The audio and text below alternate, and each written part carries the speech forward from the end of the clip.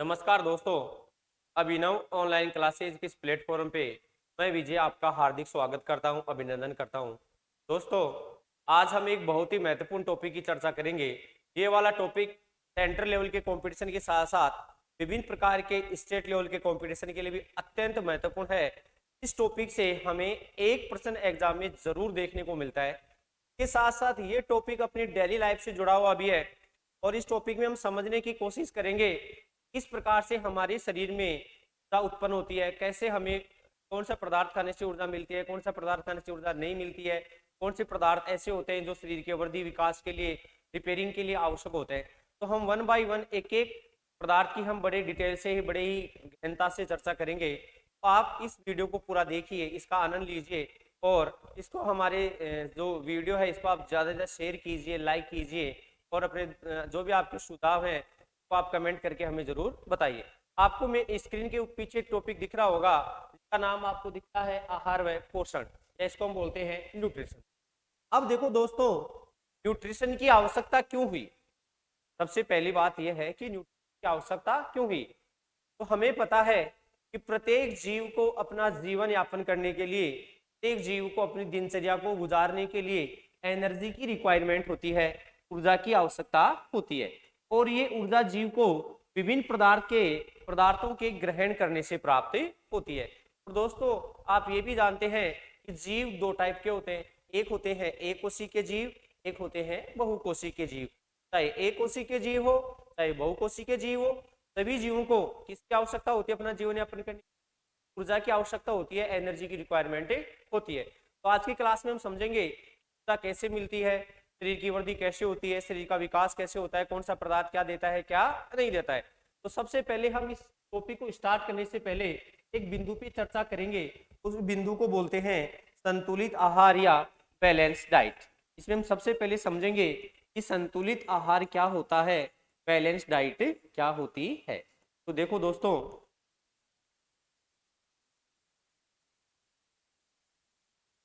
संतुलित आहार या बैलेंस डाइट का इस शब्द का तात्पर्य होता है दोस्तों कि ऐसा आहार जिसमें सभी पोषक पदार्थ हमारे शरीर की आवश्यकता के अनुसार एक निश्चित क्वांटिटी में पाए जाएं, निश्चित मात्रा में पाए जाएं, ऐसा आहार संतुलित आहार कहलाता है या बैलेंस डाइट कहलाता है। उदाहरण के लिए हम समझें कि एक गर्भवती महिला है। गर्भवती महिला को साधारण महिला की तुलना में आयरन, कैल्शियम, विटामिन, प्रोटीन आदि की रिक्वायरमेंट क्या होती है? ज्यादा होती है। यदि वो उसकी ज्यादा रिक्वायरमेंट के हिसाब से के खाद्य पदार्थों में वो सब चीजें उपस्थित है तो वो उसका आहार संतुलित है। और यदि वो नहीं है तो वो कहीं ना कहीं धीरे धीरे कुपोषण की ओर बढ़ रही है। आपको पता है कुपोषण होना एक गरीबी का संकेत होता है। जो देश कुपोषण से लड़ते हैं उस देश का दूसरे देश एक अच्छी छवि नहीं मानी जाती है, उस देश को कुपोषित माना जाता है। तो कुपोषण से बचने के लिए चाहे बच्चा हो, चाहे महिला हो, चाहे पुरुष हो, सभी को एक अच्छी डाइट की आवश्यकता होती है। और वो डाइट उसकी एज के अकॉर्डिंग, उसके वर्क के अकॉर्डिंग, उसकी डिमांड के अकॉर्डिंग यदि सही है तो ऐसी डाइट क्या कहलाती है? संतुलित आहार कहलाती है। दोस्तों, इसकी मैं डेफिनेशन यहाँ लिखूं तो संतुलित आहार क्या होता है? ऐसा आहार जिसमें सभी पोषक पदार्थ सभी पोषक पदार्थ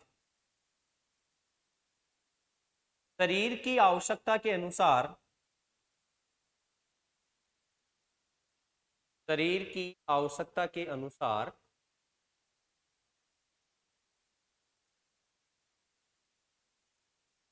एक निश्चित मात्रा में पाए जाते हैं।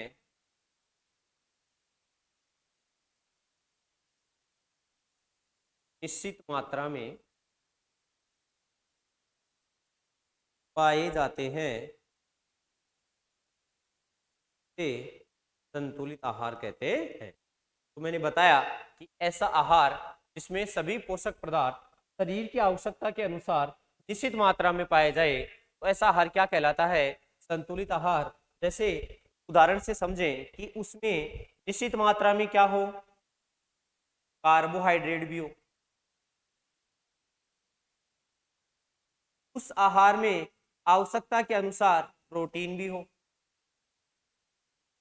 उस आहार में अच्छी मात्रा में विटामिन्स भी हो, उसमें खनिज लवण भी हो, ऐसा आहार क्या कहलाता है? संतुलित आहार कहलाता है। दूसरे उदाहरण से हम समझे कि उसके खाने में हरी सब्जियां भी होनी चाहिए, ग्रीन सलाद भी होनी चाहिए, दूध भी होना चाहिए, दही भी होना चाहिए। ठीक है, ये सब यदि एक अच्छी क्वांटिटी में है तो ऐसा आहार क्या कहलाता है? संतुलित आहार। अब देखो दोस्तों, इसमें एक वर्ड अपने सामने, नया वर्ड सामने आया। ये वर्ड आपको दिख रहा होगा, पोषक पदार्थ, जिसमें सभी पोषक पदार्थ। तो पोषक पदार्थ क्या होता है, हम इस पोषक पदार्थ की बात करेंगे। पोषक पदार्थ क्या है? तो देखो दोस्तों, आगे हम चर्चा करेंगे पोषक पदार्थ।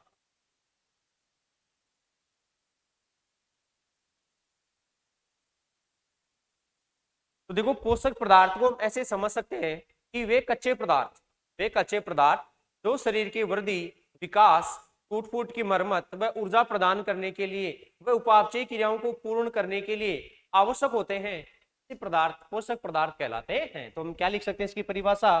वे पदार्थ जो शरीर की वृद्धि, विकास, मरम्मत, ऊर्जा व उपापचयी क्रियाओं को पूर्ण करने के लिए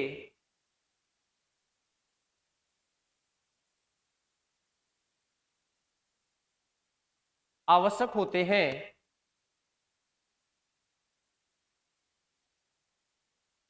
उन पदार्थों को पोषक पदार्थ कहा जाता है। कि वे पदार्थ जिनको ग्रहण करने से जीव को ऊर्जा मिलती है, के शरीर में नई कोशिकाओं, नए ऊतकों का निर्माण होता है, वह जो उसके शरीर में रिपेयरिंग है वो होती है, कोशिकाओं की मरम्मत होती है, उसका वृद्धि होता है, उसका ग्रोथ होता है, उसका डेवलपमेंट होता है। सभी के लिए जो कच्चे पदार्थ खाद्य पदार्थ के रूप में ग्रहण किए जाते हैं, वो सभी कच्चे पदार्थ क्या कहलाते हैं? पोषक पदार्थ कहलाते हैं। ठीक है, अब देखो दोस्तों, इन पोषक पदार्थों को इन पोषक पदार्थों को हम अलग अलग भागों में बांट सकते हैं। सबसे पहले देखो, इन पोषक पदार्थों को हम बांट सकते हैं मात्रा के आधार पे। इसके आधार पे बांट सकते हैं? मात्रा के आधार पे। मात्रा के आधार पर पोषक पदार्थ दो प्रकार के होते हैं। मात्रा के आधार पर पोषक पदार्थ दोस्तों कितने प्रकार के होते हैं? तो हम कह सकते हैं मात्रा के आधार पर पोषक पदार्थ दो प्रकार के होते हैं। कुछ ऐसे पदार्थ होते हैं जिनकी आवश्यकता, जिनकी रिक्वायरमेंट हमें कम ज्यादा होती है। कुछ ऐसे होते हैं जिनकी आवश्यकता हमारे शरीर को क्या होती है? कम होती है।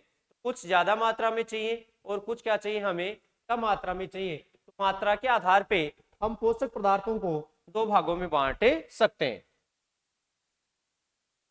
मात्रा के आधार पे हम पोषक पदार्थों को कितने भागों में बांट सकते हैं? दो भागों में बांट सकते हैं। देखो, एक होते हैं वरहद मात्रिक, मतलब जिनकी आवश्यकता शरीर को ज्यादा होती है। एक होते हैं सूक्ष्म मात्रिक,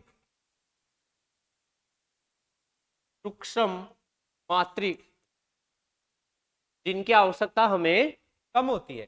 बृहद मात्रिक को ही बोलते हैं गुरु पोषक तत्व, और सूक्ष्म मात्रिक को बोलते हैं लघु पोषक तत्व। तो हम पोषक पदार्थों को मात्रा के आधार पर कितने भागों में बांट सकते हैं?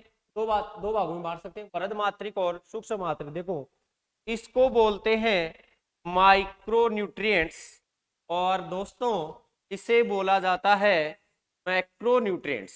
कि वे पदार्थ जिनकी आवश्यकता हमें ज्यादा होती है उन्हें वरहद मात्रिक पोषक तत्व कहते हैं। मैं लिखता हूं यहाँ पे, आवश्यकता इनकी हमारे शरीर को क्या होती है? ज्यादा होती है, और इनकी तुलना में इनकी आवश्यकता हमें क्या होती है? कम होती है। तो वे पदार्थ जिनकी आवश्यकता शरीर को ज्यादा होती है वो वरहद मात्रिक या गुरु पोषक तत्व या माइक्रोन्यूट्रिएंट्स कहलाते हैं, और वे पोषक पदार्थ जिनकी आवश्यकता शरीर को कम होती है ये सूक्ष्म मात्रिक या फिर बोल सकते हैं लघु मात्रिक पोषक तत्व कहलाते हैं। ठीक है, अब मन में प्रश्न आता है कि हम जो पदार्थ खाते हैं उनमें से कौन कौन से पदार्थ वरद मात्रिक हैं और उनमें से कौन कौन से पदार्थ सूक्ष्म मात्रिक हैं। पॉइंट ऑफ व्यू, एग्जाम के पॉइंट ऑफ व्यू से यहाँ से प्रश्न आने की संभावना बहुत ही ज्यादा होती है। तो मैं आपको इनके एग्जाम्पल बताता हूँ कि कौन से पदार्थ तो ऐसे हैं जो वरद मात्रिक हैं, कौन से पदार्थ ऐसे हैं जो सूक्ष्म मात्रिक होते हैं। तो देखिए उदाहरण में लिखूं यहाँ पे वरद मात्रिक का, तो देखो दोस्तों वरद मात्रिक का उदाहरण होता है कार्बोहाइड्रेट। कार्बोहाइड्रेट को याद रखना दोस्तों, शॉर्ट में हम CHO द्वारा भी व्यक्त कर सकते हैं। कार्बोहाइड्रेट को किसके द्वारा व्यक्त किया जा सकता है? CHO द्वारा व्यक्त किया जा सकता है। दूसरा इसमें आता है प्रोटीन, तीसरा इसमें आता है वसा, जिसको हम बोलते हैं लिपिड,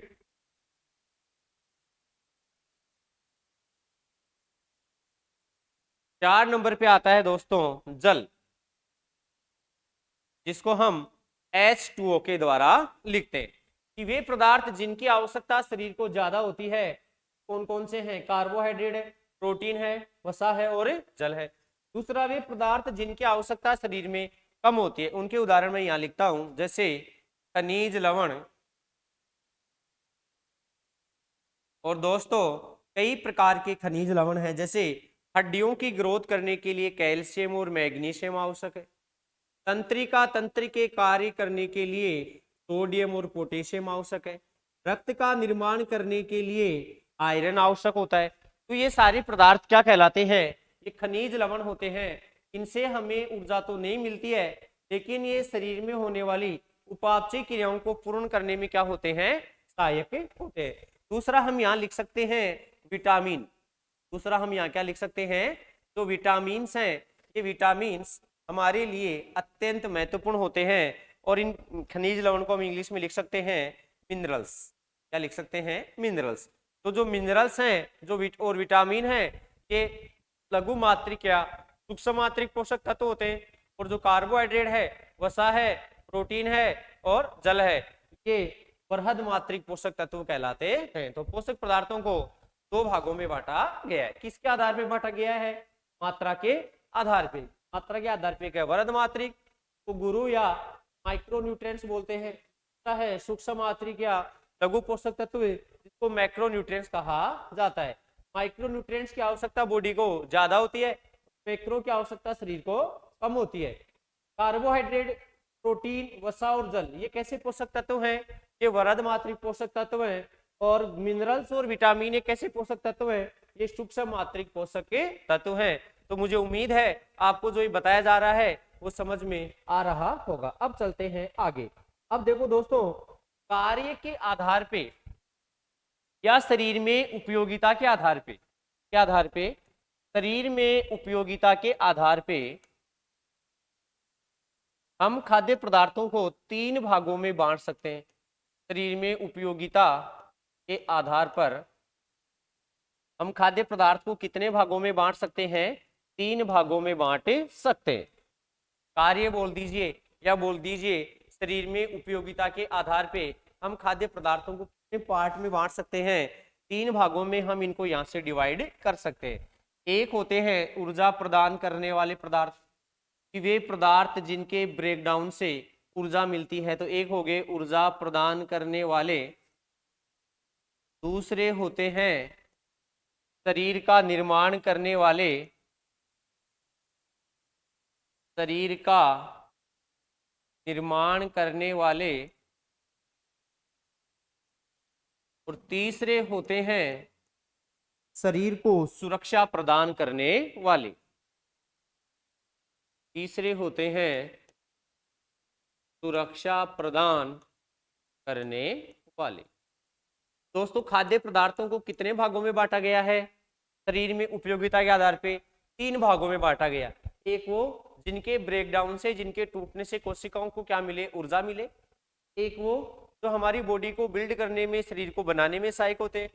और एक वो जो हमारी बॉडी को सुरक्षित रखने में सहायक होते हैं। तो यहाँ से भी अलग अलग बटे हुए हैं। तो यहाँ से भी एग्जाम की दृष्टि से आपको क्वेश्चन पूछा जा सकता है। तो देखो ऊर्जा प्रदान करने वाले एग्जाम्पल केवल 3 ही हैं। एक तो है कार्बोहाइड्रेट, कार्बोहाइड्रेट जिसको हम CHO से व्यक्त करते हैं। दूसरा यहाँ पे है वसा, और तीसरा यहाँ पे आता है प्रोटीन।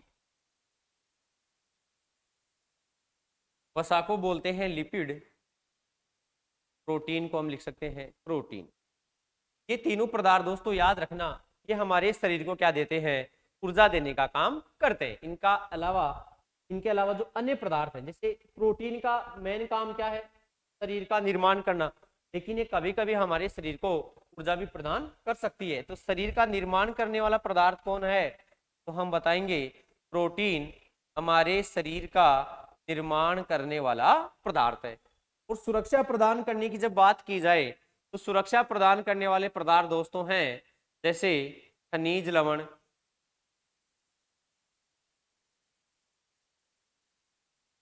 विटामिन,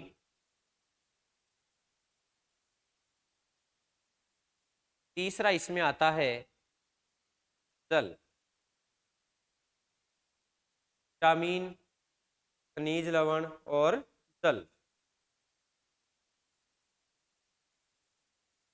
ठीक है। तो शरीर में उपयोगिता के आधार पे खाद्य पदार्थ कितने प्रकार के हो गए, 3 प्रकार के। एक वे पदार्थ जिनके ब्रेकडाउन से, जिनके टूटने से हमारी बॉडी को क्या मिलती है, ऊर्जा। कैसे मिलती, ऊर्जा मिलती है, देखो कैसे मिलती है। जैसे आपने कोई भी पदार्थ खाया, उसके पाचन से ग्लूकोज बनता है, उसके पाचन से क्या बनता है, ग्लूकोज। ये ग्लूकोज हमारे ब्लड के साथ जब कोशिकाओं में पहुंचता है, तो कोशिकाओं में पाए जाने वाले माइटोकॉन्ड्रिया में ऑक्सीजन की उपस्थिति में इसका ऑक्सीडेशन होता है, इसका ऑक्सीकरण होता है। और ऑक्सीकरण होने से ये CO2 जल और ऊर्जा में टूट जाता है। और याद रखना दोस्तों, हमारी कोशिकाओं में जो एनर्जी की मुद्रा होती है, ऊर्जा की जो करेंसी होती है, वो ATP होती है। वो क्या होती है, ATP होती है। ATP का पूरा नाम एडिनोसिन ट्राइफॉस्फेट होता है। ATP का पूरा नाम क्या होता है, एडिनोसिन ट्राइफॉस्फेट होता है। और ग्लूकोज के टूटने के सह उत्पाद के रूप में कार्बन डाइऑक्साइड और जल का भी निर्माण होता है। कार्बन डाइऑक्साइड एक अपशिष्ट गैस है, हमारे शरीर में किसी भी प्रकार के लिए लाभदायक नहीं है, तो इसको ब्लड में डाल के वापस फेफड़ों के द्वारा वायुमंडल में त्याग दिया जाता है। और जो जल है, जितना आवश्यक होता है उतना तो काम में लिया जाता है, बाकी को पसीने व मूत्र के द्वारा शरीर से बाहर निकाल दिया जाता है। तो यहाँ पे क्या हुआ, इस ग्लूकोज के टूटने से ऑक्सीजन की उपस्थिति में हमें क्या मिला, CO2 जल और ऊर्जा मिली। और हमारा भोजन करने का उद्देश्य क्या था, ऊर्जा प्राप्ति। क्योंकि हर जीव को जिंदा रहने के लिए, अपने दैनिक जीवन के कार्य को पूर्ण करने के लिए किसकी आवश्यकता होती है, ऊर्जा की आवश्यकता होती है। और वो ग्लूकोज के टूटने से या खाद्य पदार्थों के ब्रेकडाउन से रिलीज होती है, उनसे हमें प्राप्त होती है। तो अब यहाँ से देखो प्रश्न कैसा आएगा एग्जाम में, तो बताता हूँ आपके क्वेश्चन के माध्यम से कि निम्नलिखित में से कौन सा पोषक तत्व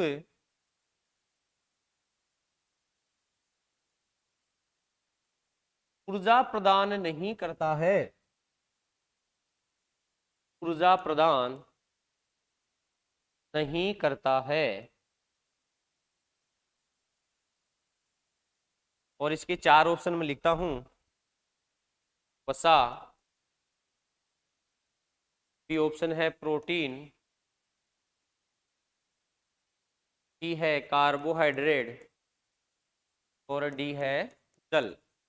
ये 4 ऑप्शन हैं। अब आप मुझे बताइए कि इनमें से कौन सा पदार्थ ऐसा है जिसके टूटने से हमें ऊर्जा प्राप्त नहीं होती है। तो देखिए दोस्तों, अभी मैंने जब लिखा था पिछली स्लाइड में कि कौन से पदार्थ से ऊर्जा मिलती है, तो ऊर्जा केवल कितने पदार्थों से मिलती है, केवल 3 पदार्थों से मिलती है। किस किस से, कार्बोहाइड्रेट से, वसा से और प्रोटीन से। जल क्या करता है, सुरक्षा प्रदान करता है। तो इस प्रश्न का सही जवाब क्या होगा दोस्तों, इस प्रश्न का सही जवाब जाएगा कि जल हमें ऊर्जा प्रदान नहीं करता है।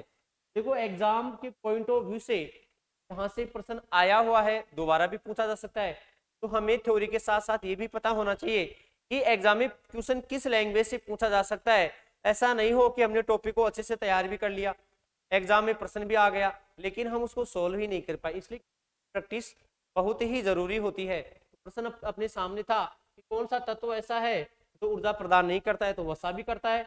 1 ग्राम वसा से लगभग 9.3 किलो कैलोरी ऊर्जा मिलती है। प्रोटीन से 4.2 मिलती है, कार्बोहाइड्रेट से कितनी मिलती है 4, और जल से कितनी मिलती है 0। तो जल से हमें किसी प्रकार की ऊर्जा नहीं मिलती है। एक क्वेश्चन से इसे हम और समझने की कोशिश करेंगे। एक क्वेश्चन मैंने लिखा, निम्न में से कौन सा एक वर्हद मात्रिक पोषक तत्व है? वर्हद मात्रिक पोषक तत्व है। तो देखो, मैंने लिख दिया सोडियम, बी लिख दिया पोटेशियम, सी लिख दिया कैल्शियम, और डी लिख दिया जल।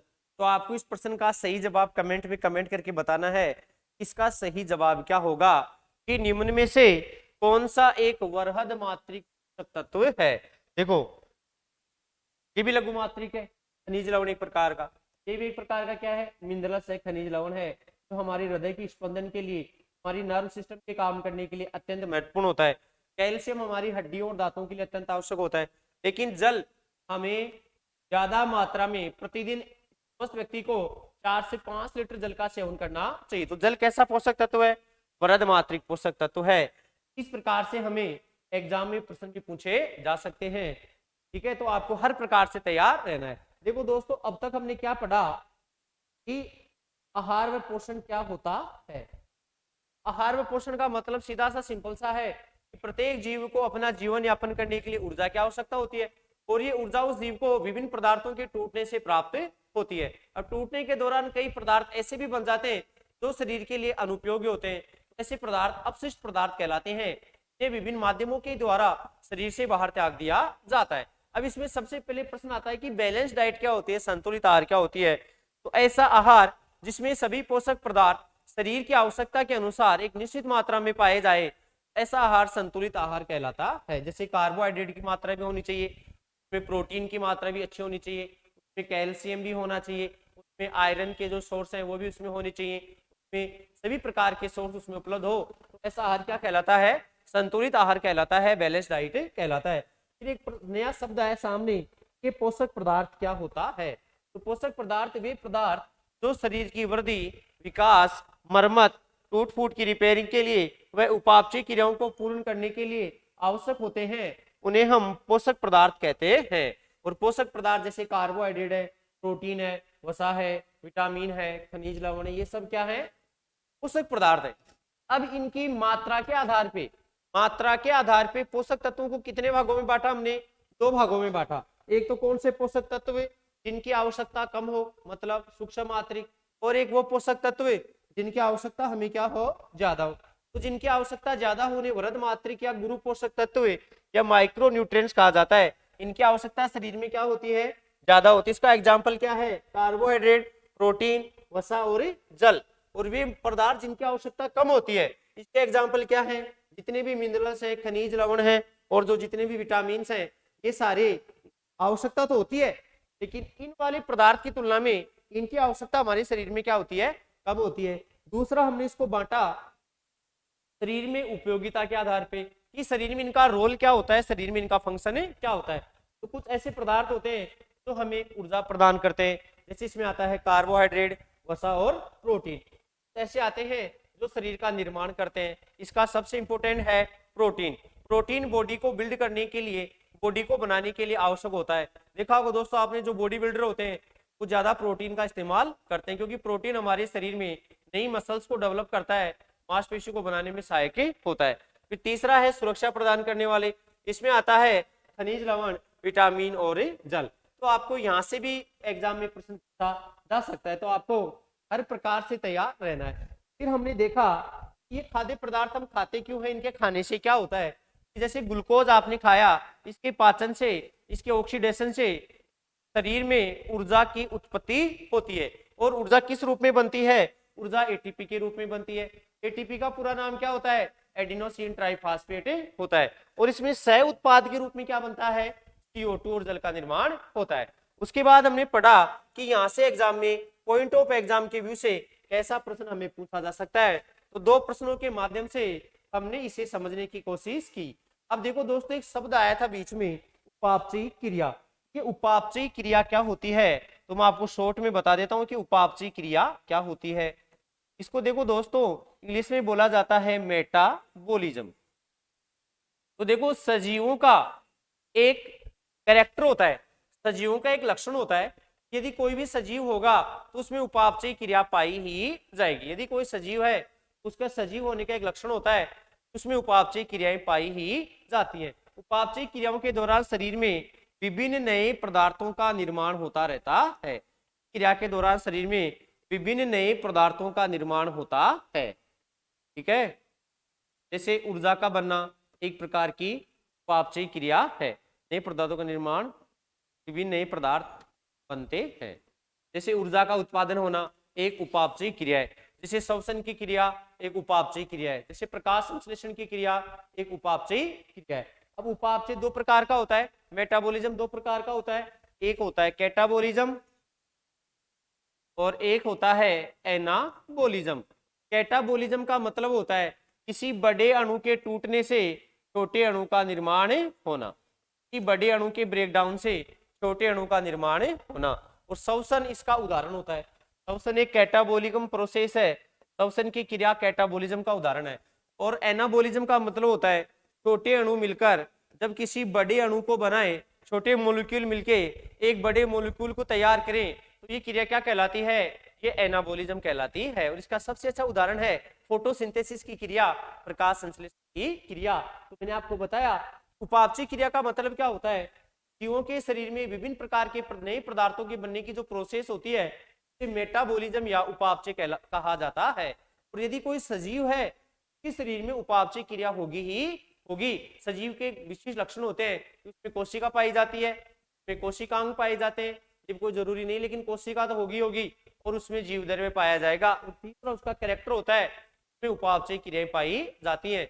लेकिन जनन का पाया जाना एक सजीव का सजीव होने का लक्षण नहीं है, क्योंकि कुछ ऐसे जीव होते हैं, सजीव तो होते हैं लेकिन उनमें जनन की क्रिया नहीं पाई जाती है। जैसे हम बोल सकते हैं जो खच्चर होता है वो सजीव तो है लेकिन उसमें जनन की क्रिया नहीं होती है। तो जनन की क्रिया की सजीव होने के तीन ही विशेष लक्षण होते हैं, कोशिका संरचना का पाया जाना, जीवद्रव्य का पाया जाना और जीव में मेटाबॉलिज्म क्रियाओं का पाया जाना। और मेटाबॉलिज्म के द्वारा शरीर में विभिन्न प्रकार के नए पदार्थों का निर्माण होता है।